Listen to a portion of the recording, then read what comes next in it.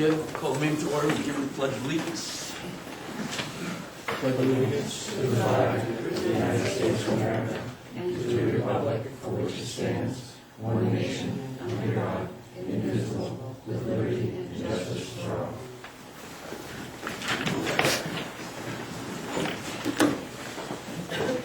Okay, our first order of business this evening is to conduct two public hearings. The first on junkyard permit renewals for Marcel Dubois and One Steel Recycling. Does anybody have any information like to bring forward to the board relative to the application for automobile graveyard and or junkyard permit for Marcel Dubois? Okay. In case we'll move on to an application for an automobile graveyard and or junkyard permit for One Steel Recycling, Inc. It's not very exciting. Okay. All right, then we'll close the public hearing on the junkyard permits. And the second public hearing is on a proposed ordinance entitled the Town of Arundel Camping Vehicle Temporary Occupancy Ordinance. Anybody have any comments on it? Yes, sir. Can I ask you to identify yourself, please? My name is Christopher Laurie. Christopher Laurie. Yeah. I live on Old Post Road. I actually live across the street from one of these trailers, the blue one, everyone knows it as. Been there a couple of years. From what I understand, has been there since creation of Arundel. They don't been there forever. They don't bother anybody. You know, I think that as long as they're paying their taxes and everything, the way that they use their land is the way they use their land. It's not up to me to decide how they use their land, you know, or who lives there or who doesn't. I mean, if I have a family member, I'm not saying this is the case for them, but I have a family member that needs a place to live, and I have a camper out back, by all means, they're going to live there as long as they need to. So, and I just think that, you know, it's their property. They should be able to use it how they deem necessary. You know, it's not trashed. Pretty well taken care of, from what you can see from the road. So, I think, you know, they should be allowed to do it. Okay. Thank you, sir. Should be left alone. Anybody else have any comments on Yes. this item? Yes, ma'am. Could you no, identify yourself too, ma'am? Lorette Bernier. I live here in Arundel.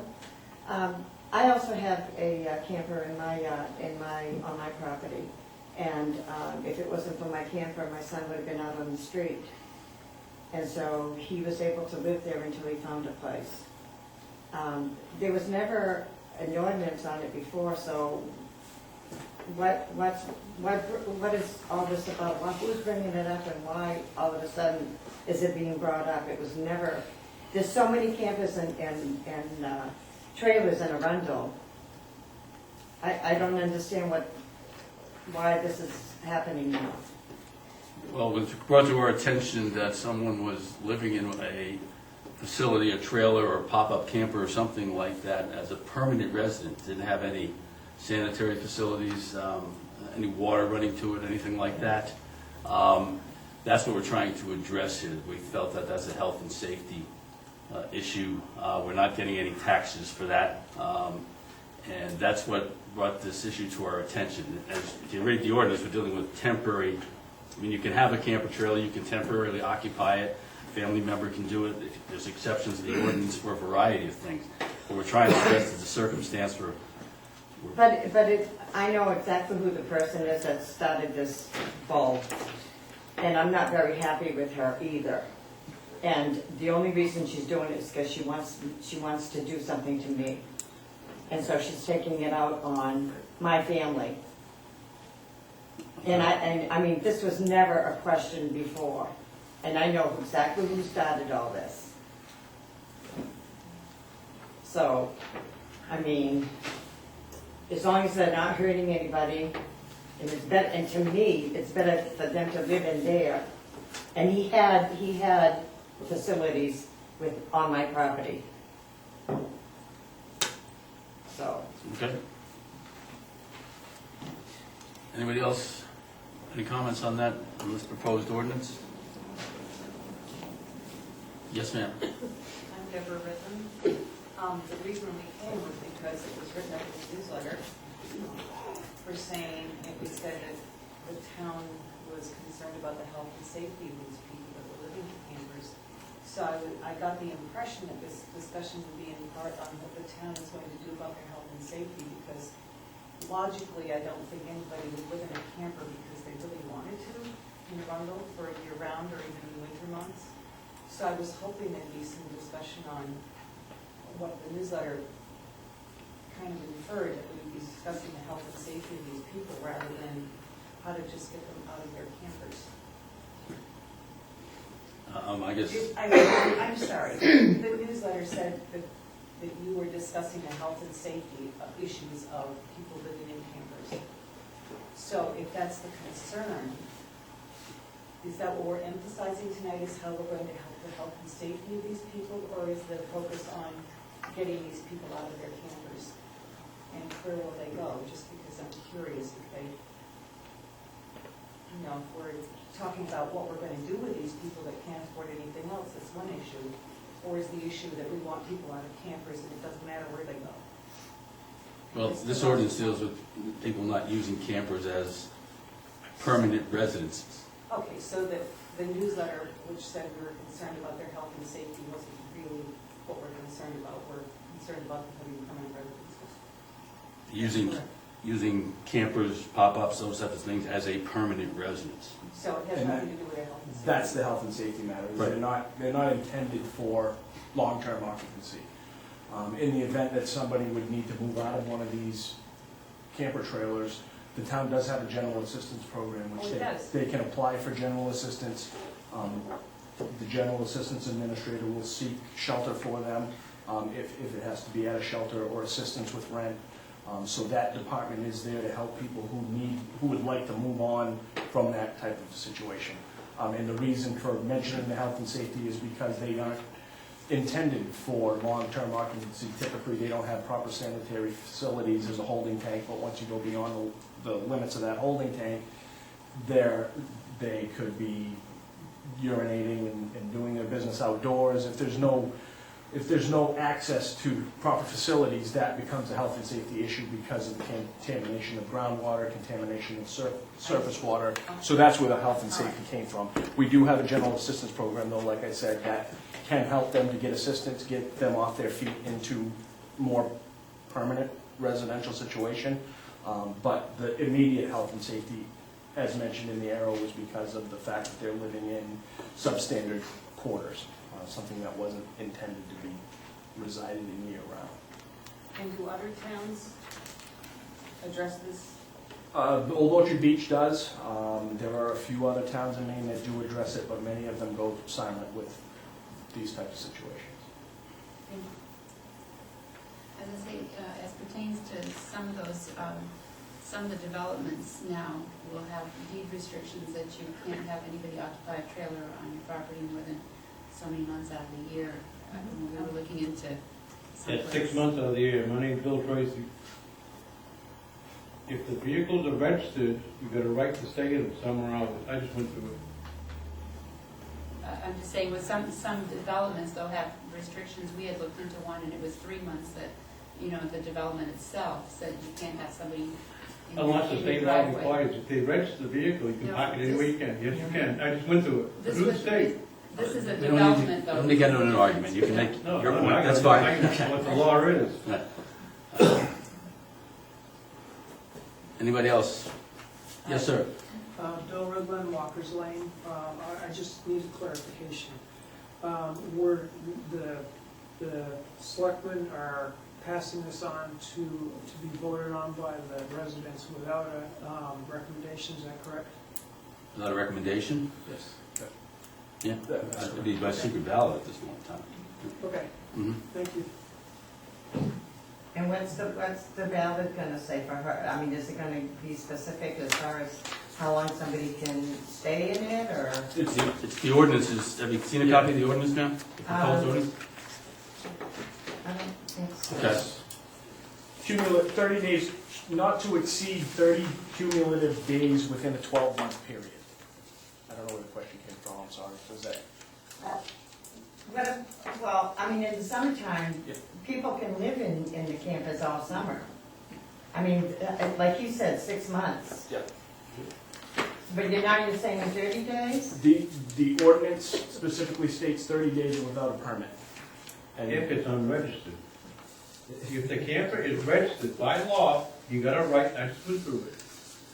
You can state it all summer long. without sanitary facilities, so you can let that whole You thing. don't need running water, Don't you do need not need electricity. That's the state law. I'm just saying what the state gave you all, I went through it with town already. I'm just saying, they told me to register. Thank you so I went much. to register, it's good for 6 months. There's nothing wrong with that. I'm serious. Oh, I'm not laughing at you, I'm laughing because you're making a good point. Well, that's the law. Wintertime, yes, people can freeze then. Yeah, Right. exactly. Summertime, they figure, well, if it's a family and they're close to home, they can use their facilities, they get something to eat, stay warm, or whatever. Yeah. So I wouldn't register the one I had. Do you have no comments, Brenda? Well, just a minute. No, it's okay. Don't people that have these campers use pumping stations? I mean, when I had a camper, there was a pumping station at the campgrounds, like in Big Apple, you could just go and drive there and pump out your tank. And who wants to be in a camper that hasn't been pumped out? Is that really? You just go and have it pumped? I just, Reasonable people would. oh, thank you. That's all you got it right there. Thank you. Yes, ma'am. I apologize, I walked in late. My name's Irish Griffith. I bought a home in Arundel. I've been there just shy of a year now. And that's actually part of my concern is I do have one of these RVs adjacent to my property. Not on my property, it's a neighbor's property. My concern is I've never seen the thing pumped. I've never seen a pumping truck come out. It is not able to be mobile. And I'm concerned at this point because my land actually runs behind it. It runs down in steep pitch. I'm an inspector. That's what I do for a living. RVs are not, I'm not federally funded. RVs are not intended for year-round use for a very specific reason because they're not safe year-round. But I'm concerned at this point as to what's going on in the property adjacent to mine. Where is the wastewater? Where is the gray water going? Is it polluting my land? Is it polluting the brook behind my house that my children are playing in the summer? Yeah, it's a concern to me.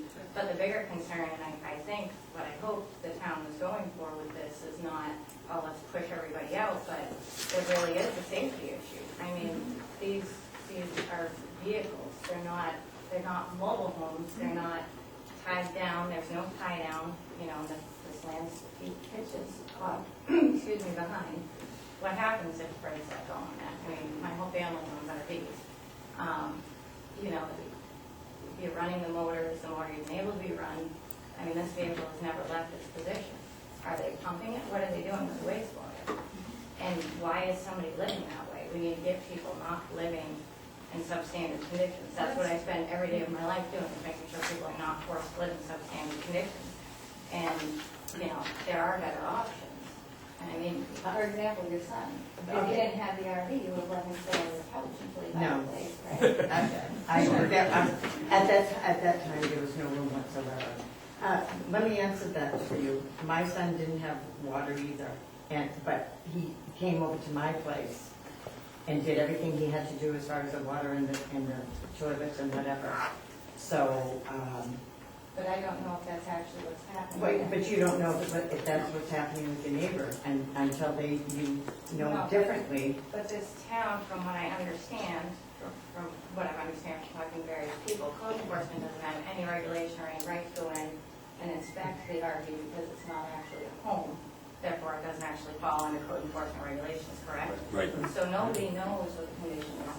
Nobody knows what's actually happening. The town can go into your house. The town can come into my house if there's a complaint. If somebody says, her septic's backing up into her house, code enforcement come knock on my door and say, I need to see what's going on in there. same thing at your house. But if they're dumping But garbage see, on the but that's ground. what I'm saying, in my case, my son didn't have to do that. No, in your case, it's a, you know, Yeah. understanding the situation. Folks, listen, we can't have just- No, Make your but- points, please, at the board here, rather than have a conversation between yourselves. You can do that But I if you think, want to later on. I think even if the town doesn't decide to completely make it, you know, do an ordinance, I think something needs to at least be done allowing code enforcement to inspect and regulate these homes if they're gonna use them as year-round, Yep. just to keep people safe.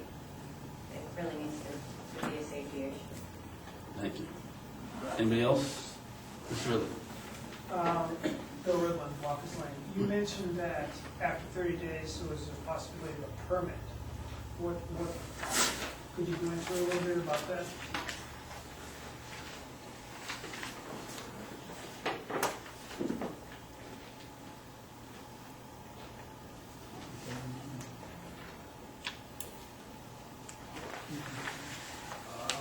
That actually, I apologize, that's a different iteration of this ordinance we have. This is limiting it to 30 days total. There is no permit that would be available to extend that. I apologize, we've had different versions of this ordinance. That one didn't make it through.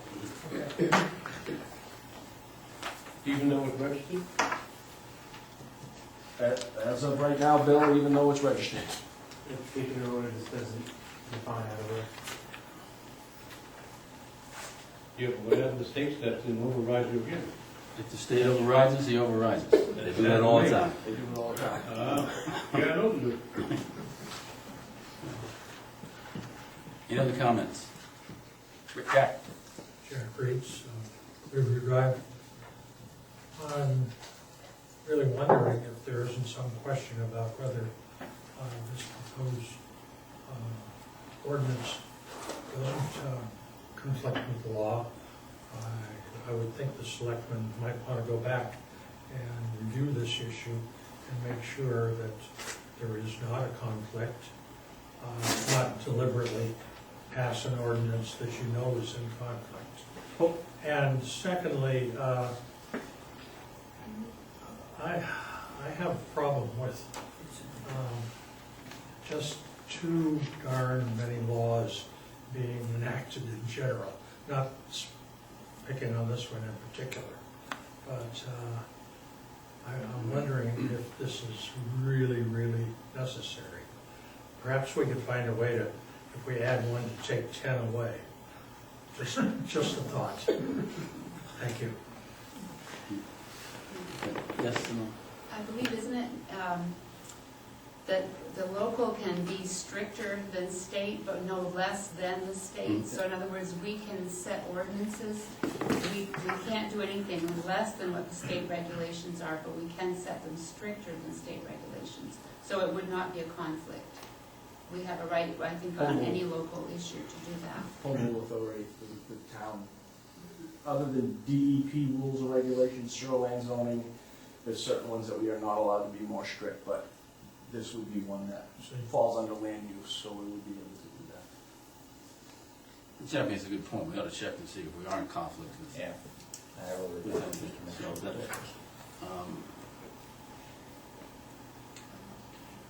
Yes, I have, yes, no? I've had 2 complaints, and these both are concerning the same vehicle. It says, over the years, the old post road has built up with some really nice houses, which has nothing to do with it. However, there is a blue camper wrapped in silver paper at the bottom and masking tape keeping it together. And I'm sure they're living there free and not paying any taxes. So you talk about the taxes. Yes, this is a property that does have a small mobile home on the property. It's a 1/3 of an acre.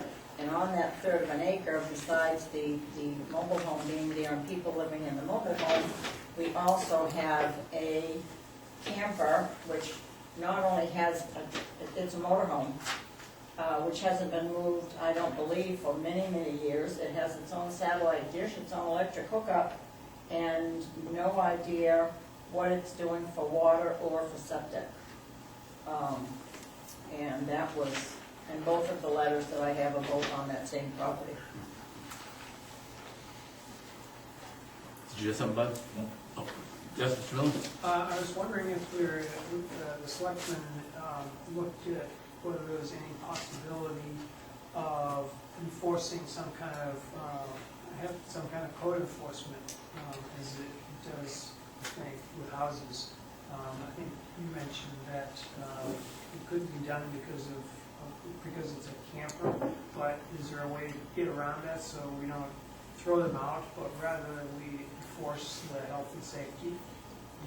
This is the document that allows us to enforce the health and safety regulations. We don't have anything at this point in time that code enforcement can use to regulate or oversee these types of circumstances. That's been the problem.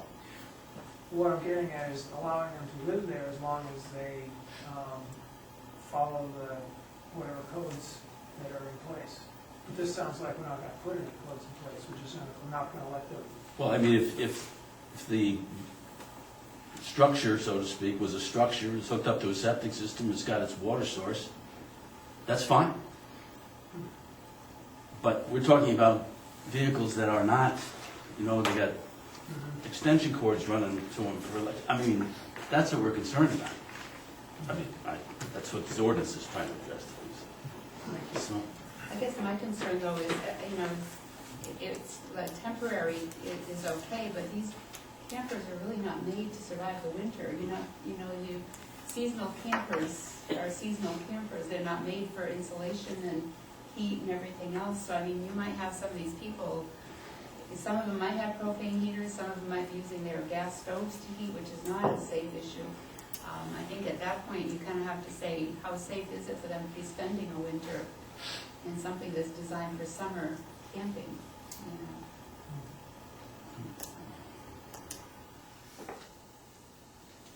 anybody else, folks? Okay, then we'll close the public hearing on the camping vehicle temporary occupancy ordinance.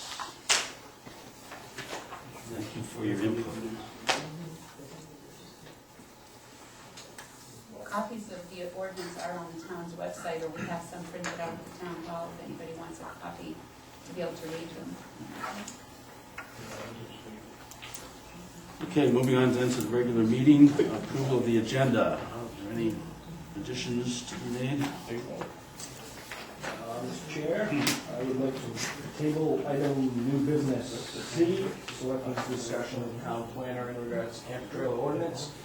It's got food poisoning and he won't be drinking this evening. Likely excuse. That's right. Okay. Deleting 4C. Anything else? That's all so far. Anybody else have anything?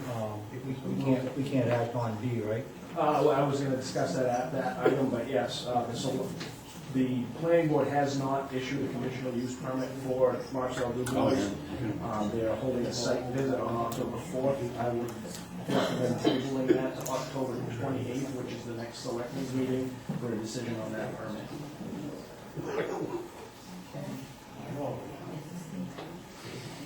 Okay, now we're deleted 4B and C. Wanna keep going? We can just go right through it. Get rid of all motion we approve as. Second. All in favor? Public forum. Anyone who wants to raise an issue or call the board's attention to an issue that is not always slated to be discussed by virtue of it being on the agenda, now is the time. Yes, Fred. Oh, I'm sorry. Identify yourself, please, Frank. Rich Stone, Stony Farm. I have a question, a couple of them actually. When you guys, or who is going to fix the road? This is the Curtis Road you're talking about? Yep. Okay. Right in front of the barn, milking parlor, all the way through. We've had this discussion several times before, Fred. The town takes care of it to the milking parlor, and as you well know from the milking parlor on is no man's land. It was indicated that the contractors that were working on the road were gonna make repairs to it. Didn't happen.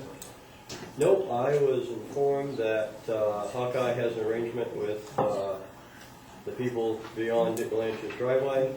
That was in their arrangement that they were, I believe they're going to be making those repairs. Their position is that since they do not have an agreement with the town, on that road that they will not be maintaining that, I mean, they will not be fixing the road or the damages that they've done. So, and it's, I just want to be sure it's not me that's gonna fix it, because I would be very upset if that was the case. I've got a, so,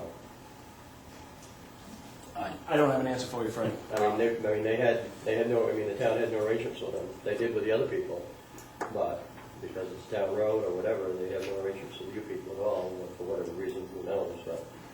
It's a public easement, Fred, from your milking parlor on, and I don't have. I'm not gonna argue those, Todd. That's why we didn't enter into anything, is because I don't have the authority to sign anything in regards to that section of the road. You just need to fix the road, or somebody does. And as far as they're concerned, is you guys let them use the road, so. Okay. We didn't let them use the road, they can use the road. Well, that's, they're. Like everybody use the road, so they can use the road. Well, then they need to fix it. Well, you can talk to them about that. Well, I did, and they said it was it's up to you to fix the road, not them. You know, like, So, and we had one accident up there before, somebody, while I was at the fairs, one of the trucks put over Nathan Jones's brother-in-law into my milk. it's I your got a right. frantic phone call at 7 o'clock one morning. Drove them off the road? Drove him off the road, and kept on going, which I thought was kind of an interesting thing. Now, the fellow that was working for us at the time, because I was away, extricated him out of the no storage, and I'm not sure how good that was. Damn near rolled the van over the truck over anyway. I'll reach out to Hawkeye once again. Because what's going to happen is if the mill truck starts complaining, then Oakhurst Dairy is going to start complaining, and when they start complaining, I'm going to start complaining, because somebody needs to fix that. And again, that's Hawkeye's position. Was it? Very good. Go ahead. Fred, what's the damage to the road? They've gone down to the base. You just want away the... Yeah, well, they were running 40 trucks a day over there. That I don't mean pickups. And if we had done that, everybody would be upset with us. I mean, Mark Welch was out there the day before yesterday repairing, on the job, because he's hauling material out of my pit. And these people are running, for about a 3-week period, they were running those mats in, and then for a 3-week period during fair time, when I was away, they were running the mats out. So, again, if they want to use the road, fine, I really don't care, but fix it. And that was the comment I made to Hawkeye, and that was the comment they made to me. Their arrangement was for the other people up above, because it was a private road, but from Dick Melanger's driveway to the thing, it's a town road, and it's up to town to fix it. Well, we should have a conversation because they damaged it. Yeah, the town, the thing that I find kind of fascinating was that the town didn't require any bonding or any maintenance on that road whatsoever. Fred, it's a public road. We don't For do that. that We don't bond everybody who drives a dump truck over a For road. that large of a construction operation, Mr. Danlick, if anybody else had done that, the planning board would have been right on there behind to have that bond. And it didn't happen. Did you have another question? That's it. Okay. Yes, Les. Les, you have to identify yourself because we got a camera going here. I'm Leslie Walsh Jr. And I got here late, so I don't know if you guys mentioned it. Talked about the camping vehicles. Yes, we did. I would like to make a comment on that. Okay. Before you guys make a thing that there's a lot of people that's living in the Walmart parking lot in the vans. And you go over to the flea market and you talk to some of the people that's setting up tables every day. And my philosophy is, if someone can get out of their van and get out of Walmart's parking lot or the turnpike, Richard was parking over by the where you get on the turnpike and kind of like park the car and people get into a carpooling. And if someone can get into a camping trailer and be a little bit more comfortable, it'd be, in a way, I don't believe that they should be kind of, because this economy, the way things are, and like me, I lost my circuit breaker. I was getting full $1,600 on that, and my property taxes went up $1,600 this year if I don't get the 3. And I feel sorry for the people that, if someone can get in a camping trailer and be a little bit more comfortable, I'm all together for them. Okay. Because I know a lot of people that's living in Walmart parking lot in their cars and vans. And I do feel sorry for them. Mhm. Yeah. I just figured I'd mention that. Okay, we appreciate the input. Any other non-agenda item somebody wants to speak to? Okay, moving on. Approval of the minutes of September 23. Selectmen.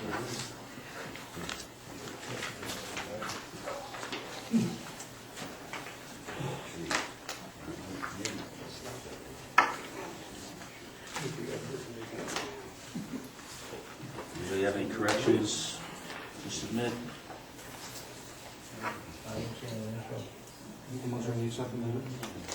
Second. Motion been made and seconded to approve the minutes. All in favor?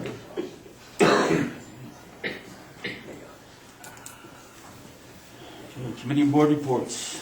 RSU 21 Board of Directors meet next Monday, the 21st, for the final decision in regards to the construction renovation vote. Economic Development Committee meets on the 22nd, that's Tuesday at 6 p.m. here in the library. Planning Board meets Thursday, the 24th, at 7 p.m. here in the library. And the statewide and municipal referendum elections will be held on Tuesday, 5/13, from 8 a.m. until 8 p.m. at the Arundel Fire Station. I know that Selectman DuBois has a planning board report. Meeting of September 26th. They met with the Kimball Gravel Pit for renewal of their conditional use permit. The pit had not been used since the last review, but the board scheduled a site walk for October 5th, and they just moved on that one.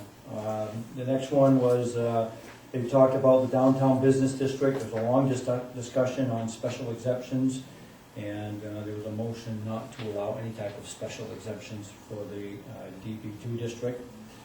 They also had lots of discussions about access roads behind DB1 and DB2 to maybe open that up for businesses. So, long discussion on that. Obviously, the biggest drawback was there's no sewage in that area. The planning board talked about maybe trying to provide some incentives to landowners to develop that area and create or maybe keep a corridor going back there. At the end of it all, the planning board asked the planner to conceptualize and then kind of show some thoughts, and I got a lot of that on the next meeting. Next item of discussion was the planner's report. They talked about Kate's, pouring the floor for February, and part of the conditional use permit for Kate's was that the landscaping be done before they got a CO. They plan on being there in February. There was a concern that the landscaping, it's not a good time to do the landscaping, so that the planning board decided is looking to maybe posting a landscaping bond so that they can give them their CO in February. Southern Maine Marine, if you remember, came in to make some changes to their plan. As they did more work, they found that there's a lot more ledge than what they expected, so they plan on coming back to make some more changes. There was one more private way that was approved. The planning board needs to look at riding stables. Apparently, that's not in our ordinance today, and there's been some questions asked about those. Our planner talked about the comprehensive plan committee meeting that we had, and he's also working on some TIF districts, seasonal cottages, and a CMP. I don't have the adjournment date on that one. October 10th meeting, Gimbal Gravel Pit. The Apparently there was an issue with, I think it was the Journal Tribune, on getting it posted in time, so they had to change that. They didn't have a formal site walk, but they had enough folks going in and out of that they realized that, there was really nothing going on, so there's a public hearing scheduled on that for the 24th of Gimbal. Du Bois Automobile Salvage, conditional use. The board moved to accept the review of the application. The permit had expired. There was a small discussion on whether they should even look at it. The board unanimously approved to move that forward. They scheduled a site walk for 4:30, October 24th. Proposed land use ordinance, they talked about downtown business district 2 again. Ted presented some conceptual plans of access to properties along Route 1. The first one was what he called A, and that was on the western side of Route 1, from maybe Strickland to Sam's Road. Looked at how, maybe we can get a road down in there, discussing with the Strickland property owners. The other one was Strickland to the Campground Road, and then there was a loop right across VIP over to Limerick Road, maybe coming out, I guess there's a right-of-way out near the circle place, somewhere in that area. The board didn't like that. They thought that there were a lot of issues with that. So they looked at the other one, the eastern side, coming out maybe Branch Brook, keeping on, going out to Branch Brook and heading north, maybe coming out to the town property that we looked at, making a loop there. There was a concern with the Hemlock Campground. It would be going in the back of the campground, and there was a discussion about, now you're infringing on campers' rights and you're putting, maybe putting some businesses in there. So there was a little bit of discussion on that. They felt that, some members felt that maybe there was plenty of buffer between the road, but Tad was going to take a look at that again. Another one was making a loop from the town property to come out and head north and come out by the carpet store. And I guess the biggest gist of all of that was the roads that the planner had shown were kind of further away on the DB2 zone, closer to the residential zone. And the planning board kind of felt that it's better to move that closer to the DB1. That way, it's not single loaded. You can use it on both sides of the road. You could have access, maybe folks from Route 1 have some access there. So he's going to go back, kind of take some of their consideration and look at redoing that a little bit. At some point in time, they want to bring in some property owners. He's already had some discussion with some property owners. Seems to be pretty positive, but I'm looking at doing that. Let's see. Planners report. Tad talked a little bit about the comprehensive plan committee, and it was an adjournment at 9:10 p.m. And that's it. It was a quick meeting for planning board.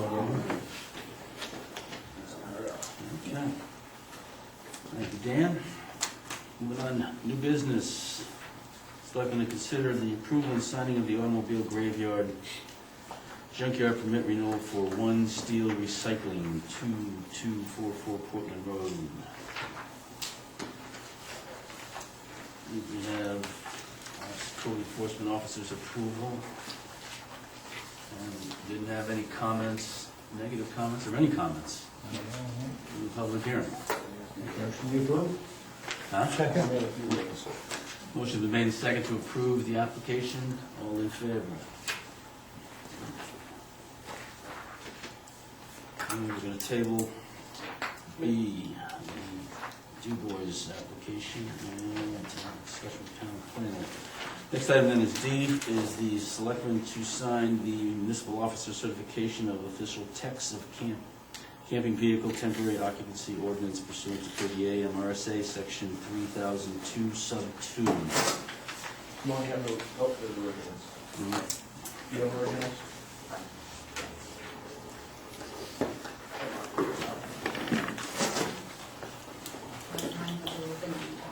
Oh, there's a two.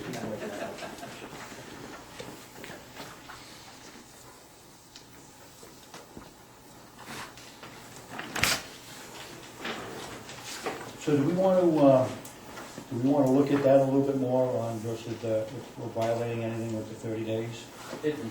As far as I know, we aren't. I'll check it first thing in the morning with the attorneys, but that's not one of the exemptions that I'm aware of in home rule.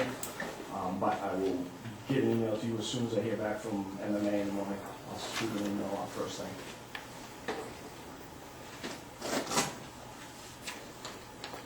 We would have to hold another meeting and another, to change it in another public hearing Yeah. and change it. Yep. And before the 10 days.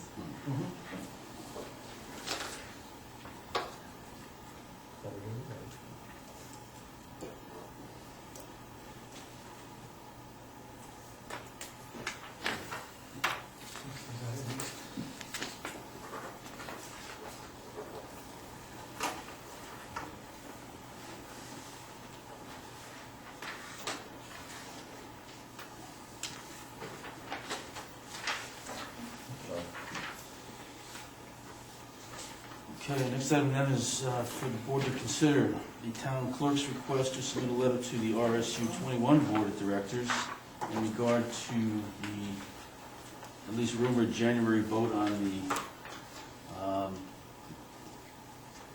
bond issues for the school renovation projects. They told us at the hearing that was had that was not set in stone at this point in time. There was enough, certainly sentiment expressed, I thought at the hearing, that they wanted to have this vote sooner rather than later. I think you might have been the sole one to, maybe one other, No, there's a couple. who opposed that. The clerk from Pennybunkport stood up as well Yeah. to oppose it, and the lady from the library as well, Mm. stating that her population in the library decreased more than 50% in the wintertime, Mhm. as far as, attendance and everything. What's the board's pleasure as far as submitting a letter to the RSU board, which has a meeting when, on the 21st? 21st. So we'd want to do it before then, obviously. You can just, if it's the pleasure of the board, you can just let me know what to write, and I'll sign it duly authorized by the board. Andrew had said that that would be the best avenue to get the point across, would be at that meeting, because that's when they'll be making a decision as to when they're gonna go to bond on that project, those projects. So what are the other town managers, what do they say? I talked to Barry and John, their boards were both in favor of doing that. They weren't certain that their boards were going to officially do it. As of today, they still weren't positive if it was going to happen or not. But they had both indicated to me, speaking to the chairs and speaking to the majority of the board members, that they were, especially Kennebunkport, was in favor of having a vote held in June or when they're seasonal. They have tax-paying seasonal residents who this is their primary residence, so they can vote here. And when Larry used to be in the port, that was always a big thing, is he never tried to put things on the agenda in the winter months because the residents of the town that weren't there in the winter tended to get a little uppity, is how he put it. But there's a large decrease in the population of voters, at least in that town, and to some extent in Kennebunk as well, for the elections in January. Historically, numbers have been, if it's not a November election or a June election with the town, numbers historically have been much lower. There was a January 27, 2009 RSU directors election where 35 people came. Then there was a May RSU vote in 2009, 15 people turned out. May RSU vote once again in 2010, 22 people turned out. And so... Those are the open budget meetings, I believe. Oh, those were the open budget, oh, okay, yeah. But those aren't very high-profile elections, right? I mean, RSU director, I guess one of my oppositions too is that, when you get away from the June and the November elections, as much as the RSU board, I guess as a taxpayer, one of my oppositions is holding these special elections. You're not only, the cost of the election is totally borne by the RSU, which reimburses us, which is fine, it reimburses the municipality, but it's still tax dollars to run a special election 3 or 4 times a year when we normally do them in June and November. So you multiply that, we're a small town, Kennebunk is much larger, on average, I would say it's close to 10,000 by the time they total up all those 3 towns. And as a taxpayer, I would rather see that money applied capital improvements or something instead of just elections. I think it's, you know, it kind of defeats the purpose. Normally, you know, states, even the state was debating whether to have a November election, and it's still, we always tend to piggyback our elections in June and November to help keep the cost down. And I think the RSU directors should be made aware of the fact that this is still taxpayer dollars that you're spending. Last year we had one in April, and then we had to have the May one, and then the June one. It's a lot of money just, you know, to run things that could be done together, I think. But the better point, I think, still is people who traditionally are snowbirds, That's and as you pointed out to me, they gotta request an absentee ballot. You're not sending it to them That's unless they right. make a request, and You know, in all likelihood, they're gonna go to Florida and if they have no, it's like the people in Kennebunk and Kennebunk Quarter are seasonal, and even we have a few seasonal people like that too that leave for Florida. If they know there's an election in November, we'll request a ballot. Before, I've had that happen, especially with the gubernatorial and presidential. They'll request their ballot, because you can do it up to 3 months ahead, but you have to know the election's coming, so they'll request a ballot to be mailed to them. Or, you know, but if they don't know an election's coming, how do we cannot contact them and say, would you like Right. an absentee ballot? They have to request it, so. yeah, it's a problem. I mean, I'm certainly supportive of sending something to the RSU board, and I would include that as one of your bullet points here, that, you know, people, the whole absentee ballot, you know, scenario in terms of having to make a request. You can't call them up and say, would you like to make a And I request? mean, we've only had basically the RSU one, I believe it was early February, but we also had way back, this dates me, but we had a presidential preference primary, which was in either January or February or something, and there was an ice storm. And I actually had to call poll workers to say, stay home, the roads were that bad. And I don't even think we counted the ballots. I think we probably had, I don't even know we had 30. I think we had 20-something ballots cast for a presidential preference primary that was being put on to see if Maine would like to go the way of New Hampshire, and it didn't fly. And, you know, it's hard to predict what the weather's going to be in January or February. You want the chair to entertain the motion? Yes, yeah. Anybody else have anything to say? Jack? Go ahead, Jack. I realize I'm out of order at this That's okay. point. Yes, there is additional money when you have an election in the winter. I think the point that I would make, though, is by holding in June, you lose a construction year. Construction year, by current estimates of around 3 to 4% increase in the cost of construction over a year's loss, plus whatever increase in interest rates are, is in the order of $2 to $3 million. I think that's a little bigger sum for the taxpayers than a few $1,000s for an election in each town. Secondly, if you look back at our March 26th election, it was an important one, and the vote here in Rundle was in excess of 1,000, was it? 807. Pardon? 800. 800, which is a pretty good turnout. Similarly, it was pretty substantial. The percentage was higher in Kennebunk and Kennebunkport than it was in Rundle for that same election. So if it's important, people will come. And furthermore, with email and mailings and absentee ballots, if people are interested, they will vote. So I think that's a different view of this issue.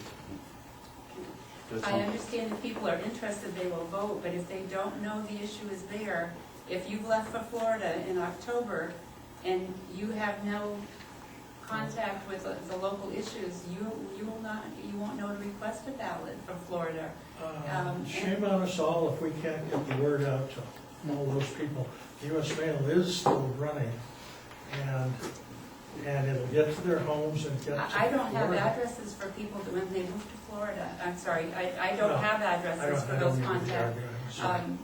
You know, But- and I guess my question is, if the construction season was that important, they initially were going to do November, why didn't they hurry up and try to get it in on November, I guess, which is a bigger turnout statistically?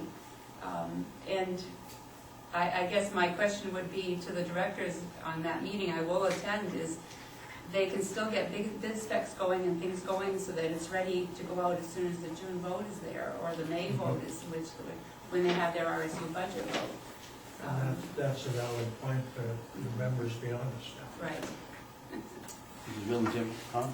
I was just gonna say, we're adults here, do people have time to go to Florida for the winter? Can't they log on and isn't everything on the website? If you care about the town, don't you kind of like check into the website and see what's going on? If there's an election that they don't know about, they can like, Simone, can you send me an absentee ballot? I'm not here in Florida doing nothing. How hard is that? Is it something that you No. It's not hard, but the fact is people don't do it. Well, why is it, are you the grown-ups? I mean, are we the adults here? Why are we supposed to be responsible for someone that doesn't care enough to check in with what's going on in your town? I mean, Because it's gonna impact your pocketbook, potentially. that if they don't come, if they don't care, I understand that, but shouldn't we all be grown-ups here and Make that argument about most parent notes issues. from the teachers saying, guys, be responsible. I feel good about talking about the arrow. No. The arrows don't get forwarded. The arrows don't get forwarded, they just get put into the mailbox. So if something's away for the winter, I doubt very much. Post office is like circular mail, I don't think they forward circular mail. Any comments on the board, anybody else on this issue? You make a motion for it? Motion that we have Todd send out a letter proposing the date that they chose, and put it on a regular November or June ballot when you get all the votes. So your motion is that you would support the town clerk's request that we send a letter to RSU 21 board of directors asking them to postpone this election until June rather than January, if in fact that's what they want to do. Correct. Okay. Is there a second on that? June or May, when they have their regular election. I think we're thinking June, right? But that's gonna be secret ballot, so you wouldn't have that at the open floor. Yeah, they do have their RSU confirmation vote Right. in May, so. Oh, that's right, that's 14 days after the open meeting, yeah. But this year we're gonna have, June is, this June we have congressional and primaries, right? Primaries. Yeah, so you're gonna get, you should get a decent turnout, although maybe Mrs. Ridley's right. It's hard to say. But, so I just think it makes sense to postpone to June, but anyway, that's Phil's motion, is there a second? Yeah. All in favor? This is a letter to the RSU Board of Directors. Now, we don't have any control Right. Yeah. over when the election, if they decide to happen in January, it's January. We should just let them know Right. still that Mhm. we don't like it. Right. They're gonna do what they want anyway. I would guess. Yeah. Any other discussion or questions about the motion? All in favor? All opposed? 4-1. I think, Ty, you just include the bullet points that Simone has here, and I said I think you ought to include the one about the absentee ballot situation in addition to those. I'll send you around before I send Okay. it out. I would imagine so, and they should have come before.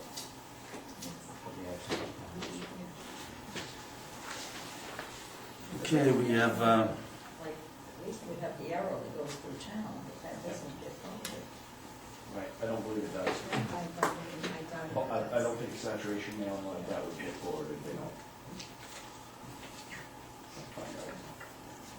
next item is inform the selectmen of the Dubois livestock appeal Justice O'Neill's decision regarding the composting operations. I'll let you know, I keep you in the loop on this. We did receive a letter from DuBois Livestock Inc. That they were appealing the decision of the lower court. Leah has indicated to me that this could take quite some time to get in front of a judge if, in fact, it does. They can decide it on merits of what the lower court has decided. There is so they can agree with the lower court, they can, Disagree with the law? No, but there's a term for that, they can Overturn. overturn it, but can't they do it without going to a full jury? There's no trial. This is going up to the Maine Supreme Judicial Court for them to make a determination on the record whether Justice O'Neill was right or wrong on the various claims that were made here. Okay. If they didn't think that there's a sufficient record that was made, they could send it back for remand and say, you gotta fill in the blanks here, folks, and come back to us, but I don't think that'll be the issue here. It'll be a straightforward decision by the law court on, and we'll wait to see briefs. Sure, it could take quite some time, especially with I don't know if the shutdown's affecting the law court. I don't think so. All the other courts are running out of money on Monday, so. So I will keep you posted as things come about. Okay, item G is to appoint Doris Tashiro as election warden for state referendum election pursuant to 21A MRSA section 501 sub 2. So moved. Second? Any discussion? All in favor then?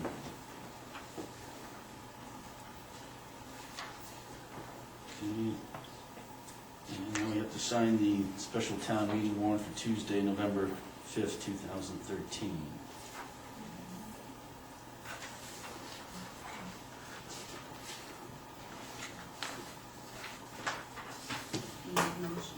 Need a motion to sign that, right? So, Second. All in favor?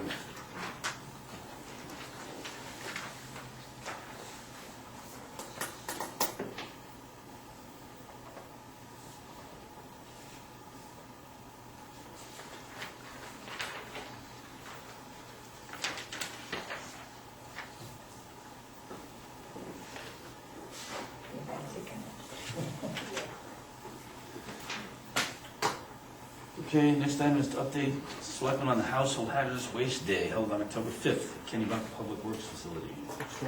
28 households participated in the program, and it went off without incident. There was one incident when somebody showed up with DDT. And, Wow. yeah, nobody wanted Where to did they find handle that? it. It was in the barn or something like that, and Clean Harbors said, whoa, we don't handle that stuff, you need to seal it back up and take it off the premises. So, other than that, it went off without incident, and 28 households, I guess they did collect quite a bit of lacquer thinners and solvents and things like that from houses, so it was a good success.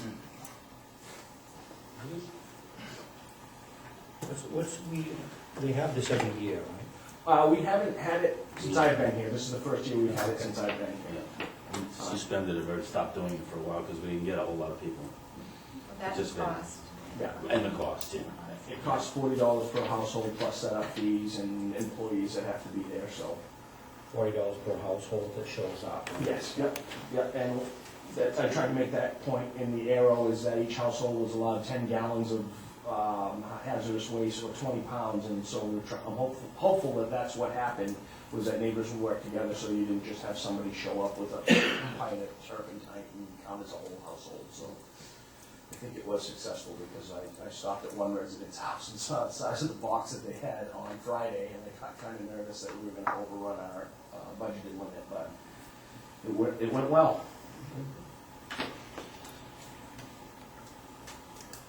Okay.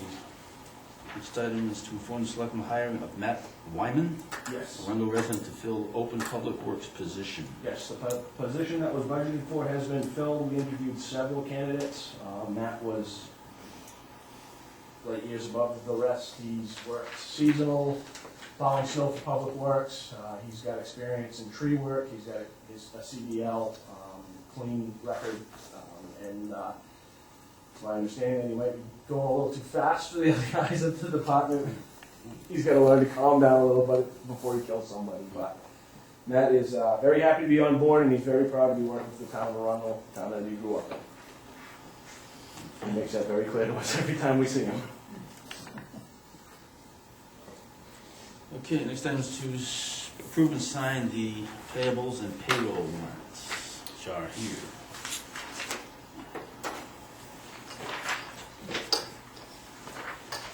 Any motion in that regard? So moved. Second. All in favor?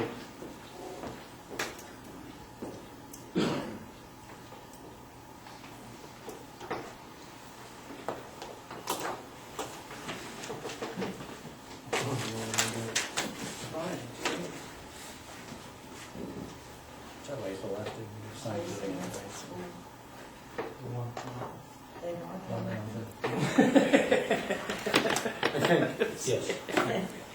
We'll check on it. Yeah.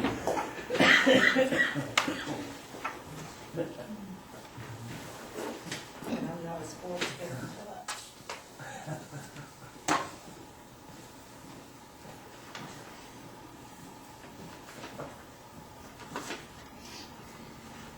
Anything exciting?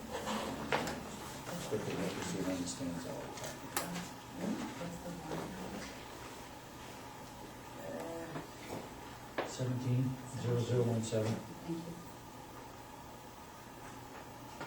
Okay, this is just payroll. And those would be different. Okay, before we decide whether to go into the executive session to discuss a real estate matters, any old business anybody has? Road's been striped except for apparently in front of Belma's house. Yeah. Just to give you an update on that. Roger's mad at me. Let's see.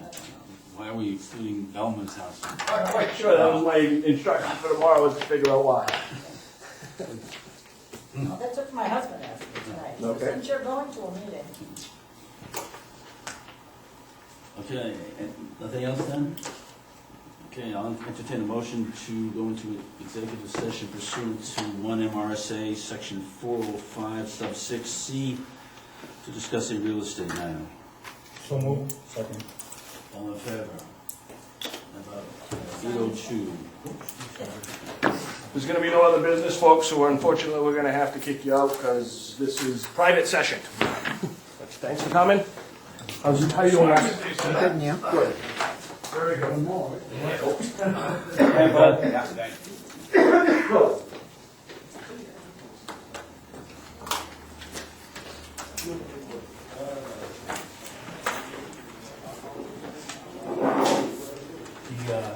You turn off, is that thing still on? It's still on. We won't discuss it.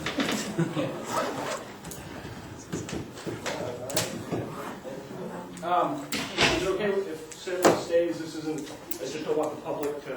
It's fine by me. The reason, I'm gonna shut this off. Yeah. The reason